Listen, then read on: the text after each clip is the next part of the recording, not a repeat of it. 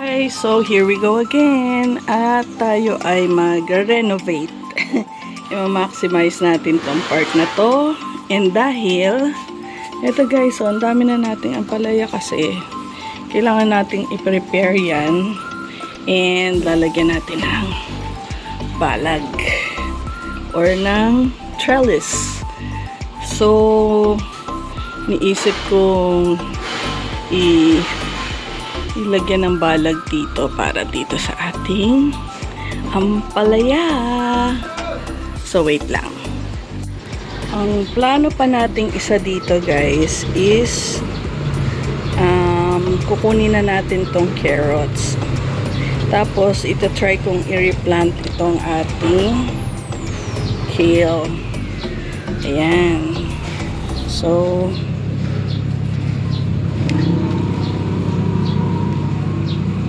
susubukan na natin siyang bunutin. Kita nyo ba? May carrots na tayo. Ayan.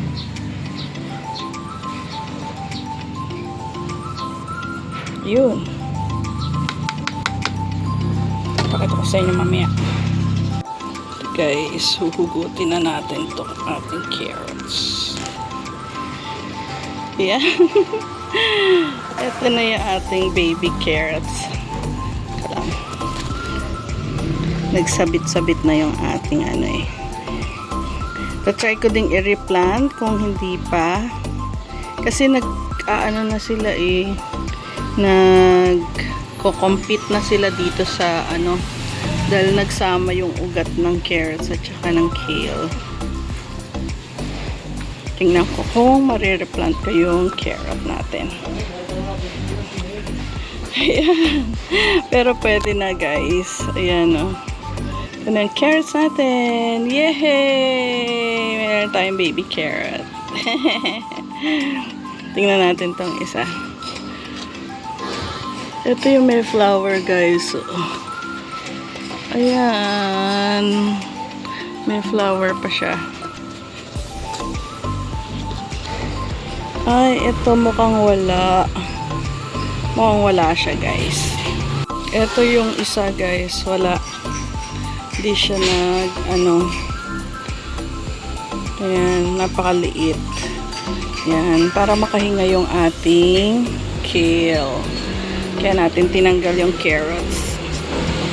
Ayan. So, iiwan natin yan dyan. Ito guys yung kale natin. Ito i-retain natin. Hayaan natin tumubo pa. Pinutol na natin guys. So pakikinabangan na natin to. Yung last leaf niya. And then ayan yung carrots natin guys.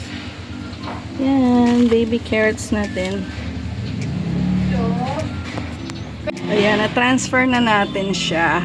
Yung ating original root na nagkaroon siya ng branch yung ating kale. Ayan, na-transfer na natin. Ito, lalagyan na natin ng tali yung ating balag o yung ating trellis. Ayan, gumawa tayo ng DIY na trellis para dito sa ating ampalaya. Kasi ang bala ko yung ampalaya natin dito natin lalagay sa taas para mag-crawl dito. Yan. Dahil mabigat yung ating pot, dito na lang natin dinicide. So, yung mga ampalaya, lalagyan na lang natin dito ng way na aakyat sila dito sa taas. Ayun. Dahil umaambon na guys at hindi pa alas 5, nag-stop na tayo.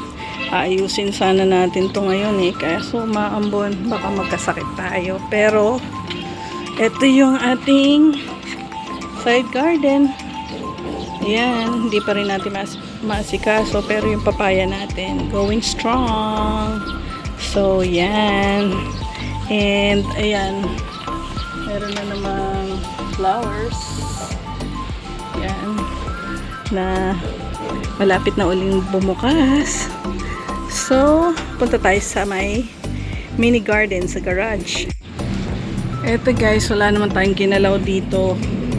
Inalis natin yun nandito, nilipat natin. Meron tayong pechay dyan.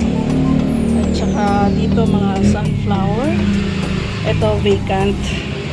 So, nilagay natin. Lagay natin yung iba dito. Tapos, ito, para mas lumaki pa yung ating ampalaya. Diyan natin nilagay. Pagka nag-crawl na siya, paakyatin na natin dito sa ating ginawang trellis.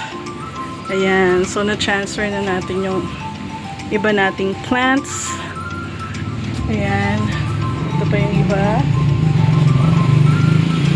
Ayan. Tatakpan lang natin yan muna. Pero, ito yung nagawa natin ngayon. Dahil lumaambo na naman, guys. So, like, share, and subscribe.